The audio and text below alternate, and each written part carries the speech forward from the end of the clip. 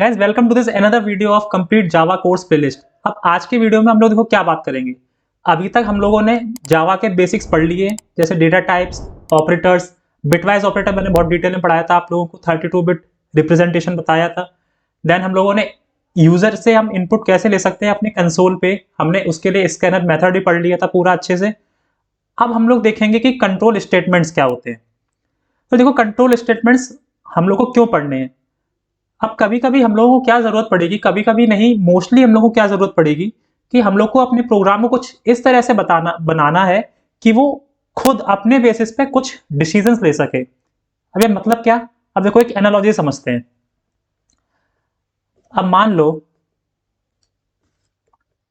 ये हो आप, मान लो कोई नाम दे देते हैं, ऐसे ये है रोहन,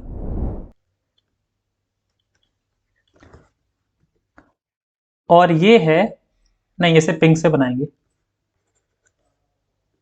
रेड से कर लेते हैं। ये है हमारी सुंदर कन्या, ठीक है। और आज है बहुत अच्छा दिन, 14th February। अब यार रोहन को क्या करना है? रोहन को इस सुंदर कन्या को इम्प्रेस करना है। अब उसके पास दो चॉइसेस हैं, या तो वो इसे एक चॉकलेट खरीद कर दे जो कि आएगी कम से कम 200 रुपीज की, या फिर वो इसे एक कोल्ड कॉफी खरीद के दे सकता है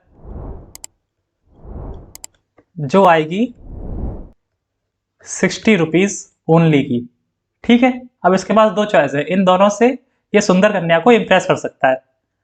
तो अगर आप रोहन हो तो क्या करोगे?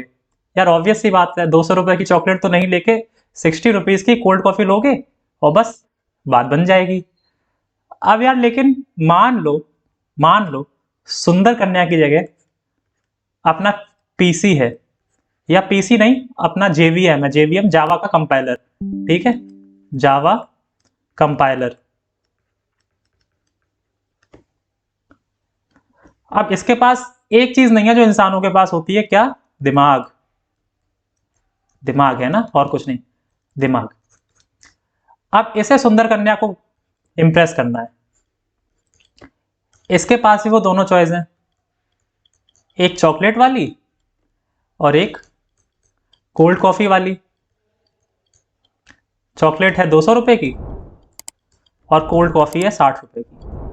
अब यार ये कैसे डिसाइड करेगा कि ये इनमें से चॉकलेट ले या फिर कोल्ड कॉफी ले, है ना? क्योंकि हम लोग तो हैं ह्यूमंस, हम लोग डिसाइड कर सकते हैं, हम लोग के पास इतनी कंप्यूटेशनल थिंकिंग है, लेकिन जेवीएम के पास नहीं है, कंपाइलर के पास नहीं है। अब यहाँ पर ये हो जाएगा कंफ्यूज, यहाँ पर ये कंफ्यूज हो जाएगा कि अब क्या करें क्या करें। अब देखो इसी प्रॉब्लम को रिजॉल्व करने के लिए एग्जिस्टेंस में आए कंट्रोल स्टेटमेंट्स।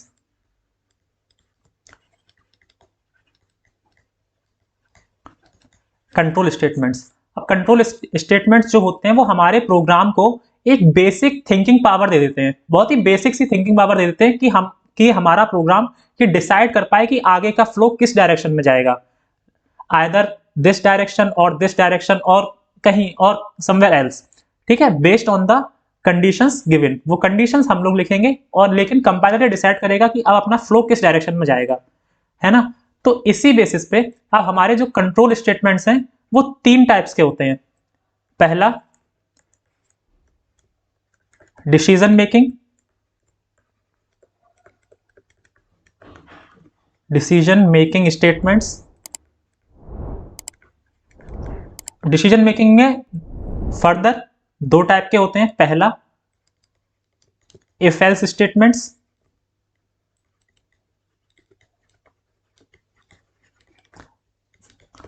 और दूसरा स्विच केस स्टेटमेंट्स, ठीक है। सेकंड टाइप होता है लूप्स। अब लूप्स जो है ना वो किसी भी प्रोग्रामिंग लैंग्वेज का एक मोस्ट फंडामेंटल और सबसे ज्यादा यूज होने वाला और सबसे ज्यादा जरूरी पार्ट होता है। लूप्स के बिना हम लोग प्रोग्रामिंग कर ही नहीं सकते, इवन सोच भी नहीं सकते, है ना। तो अब लूप्स कितने तरह के हैं, देखो पहला डू वाइल लूप, अभी सिर्फ देख लो, ये सब हम लोग डिटेल में पढ़ रहे होंगे। Then while loop,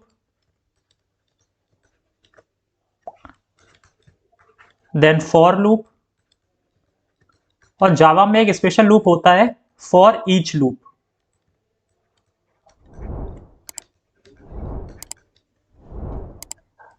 and third हम लोगों के हैं जंप स्टेटमेंट्स।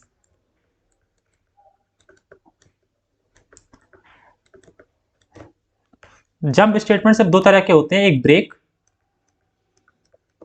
और दूसरा कंटिन्यू। देखो तो इतनी चीजें हम लोगों को पढ़नी है इन कंट्रोल स्टेटमेंट्स में, ठीक है। पहला decision making statements, if else and switch case, then loops, ये चारों तरह के लूप्स, देन जंप स्टेटमेंट्स। अभी देखो मैंने जैसा आप लोग को बताया था कि जो स्टेटमेंट्स हैं ये डिफाइन करते हैं कि हमारे प्रोग्राम का फ्लो किस डायरेक्शन में जाएगा।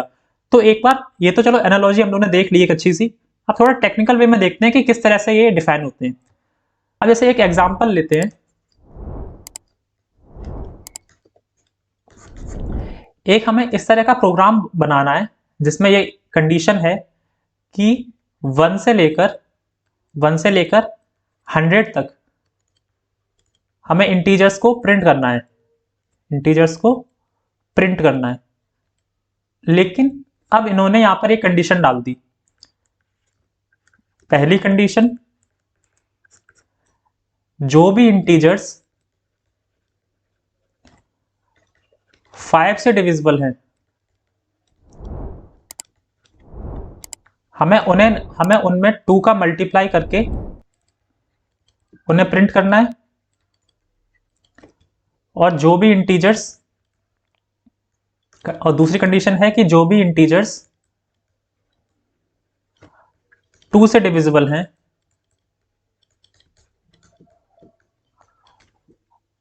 उनमें हमें 2 का डिवाइड करके प्रिंट करना है उन्हें। अब यहाँ पे फर्दर एक देखो, हमें सिर्फ ये 2 ही कंडीशन दी जाएंगी, लेकिन अगर हम थोड़ा लॉजिकली थिंक करें, कुछ ऐसे इंटीजर्स भी हो सकते हैं जो 5 से भी डिविजिबल हैं और 2 से भी डिविजिबल हैं, लाइक 10।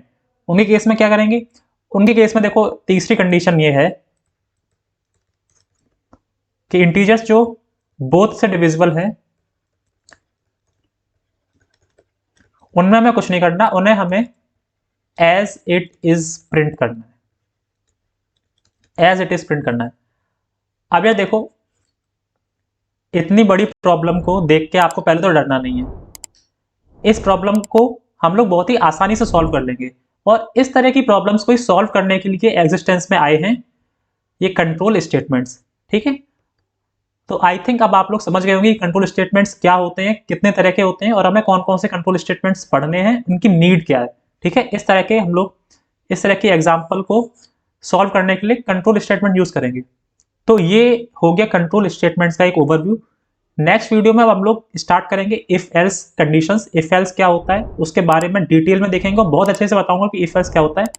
उस पर हम लोग क्वेश्चंस भी सॉल्व कर रहे होंगे, प्रोग्राम भी लिख के देखेंगे। आगे वाले कम से कम 3 या 4 वीडियो हमारे इफ एल्स पे ही जाने वाले हैं, ठीक है। तो बने रहना इस प्लेलिस्ट में हमारे साथ, और आगे देखते रहना जावा कोर्स को मास्टर करने के लिए। तब तक के लिए keep learning, keep exploring, bye bye.